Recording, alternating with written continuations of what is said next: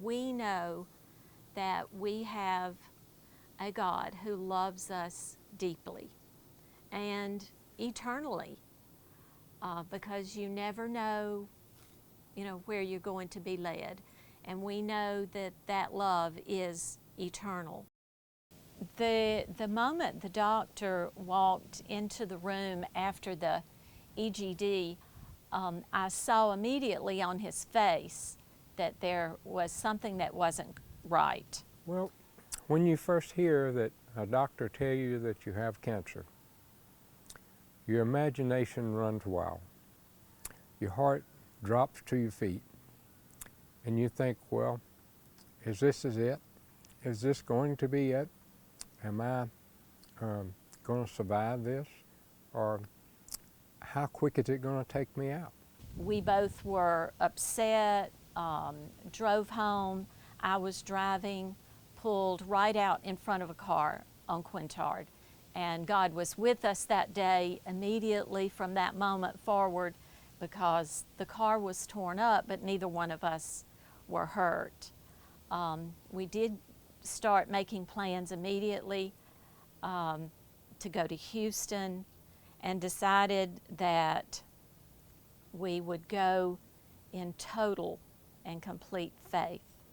You always think that this is happening to someone else, and it's them that's got to worry with it and not you. But then when you realize that it's you that has to face this, you have to gather up the courage in order to do that, to fight and have a will to fight this cancer. We would claim every promise that God has given us. We would claim those and take that with us to Houston, which we did. We got there August the 8th, met the doctors, set up our medical records online, and chose Psalms 91 as our password.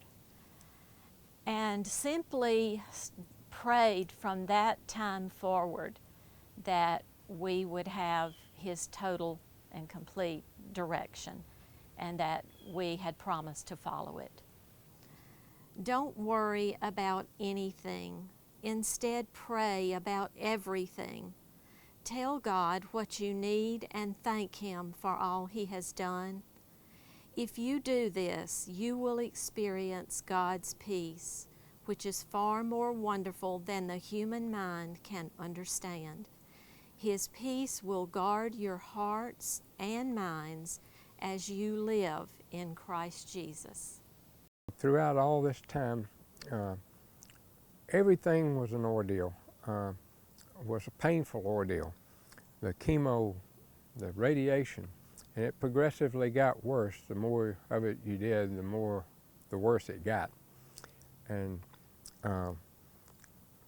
they kept, everybody generally that has chemo and radiation, they lose their hair. I never lost a hair. Every time I go for a treatment, which was every week, they'd say, okay, well now with this treatment, you're going to lose all your hair.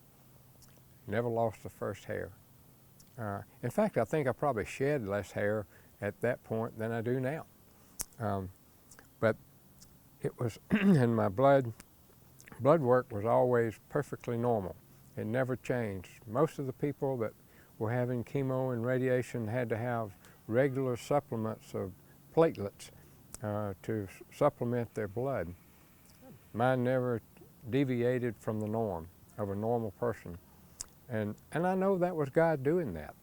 A lot of the things that helped me through this was the prayers and letters from all the people that we were on their prayer list, or I was on their prayer list, friends and their churches and their people praying, our family and their churches and our family church, all the powerful people that were praying at our church had powerful prayers. And some nights I could feel those prayers, and it was just a blessing to me. And a lot of nights laying there, asleep, I'm not asleep, but laying there, I would be thinking about all these things and tears of joy would just come to my eyes because I knew that there was an end. There was a light at the end and that things were going to be fine. I never really doubted from the very first moment that I was told that I had cancer that I wouldn't make it, because I had turned it over to God right at that very moment. And I knew that God would guide me through it.